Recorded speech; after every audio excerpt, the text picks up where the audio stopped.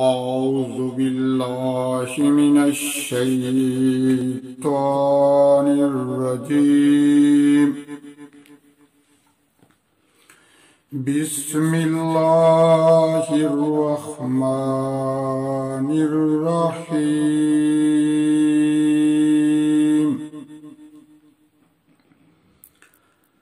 فلما فصل طالوت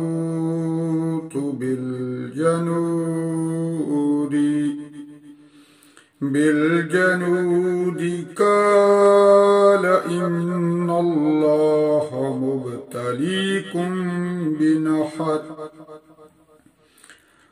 فمن شرب منه فليس مني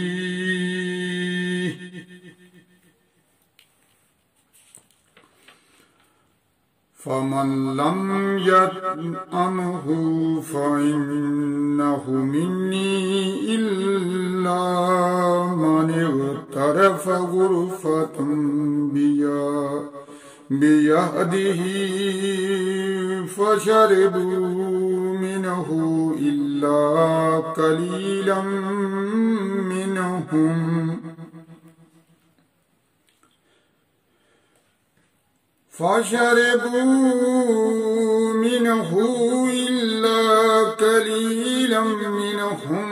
فلما جاوزه هو والذين آمنوا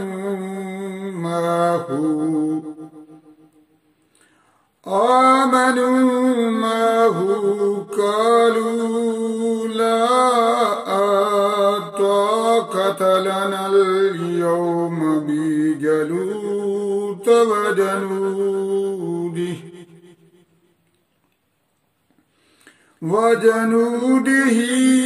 قال الذين يظنون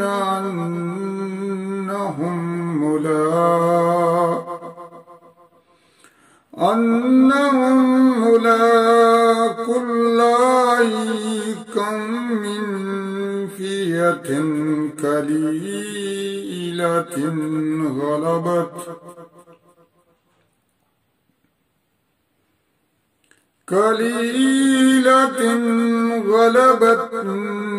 فئة كثيرة بإذن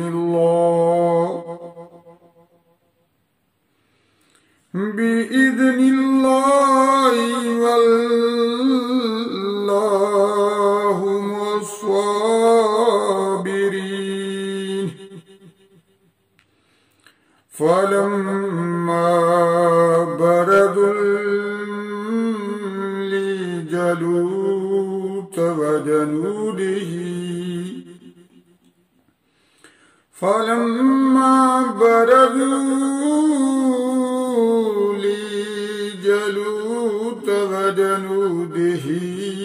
قالوا ربنا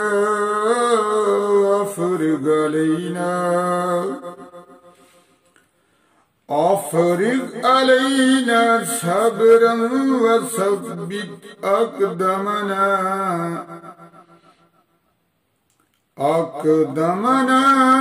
فانصرنا على القوم الكافرين. فهزموهم بإذن الله وقتل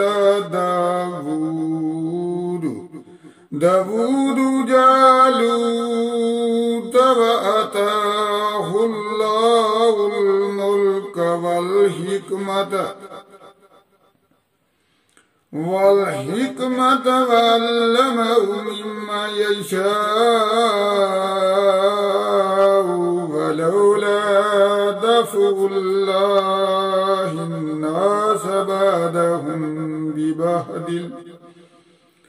ببعد لفسدت الأرض ولكن الله ذو فضل على العالمين.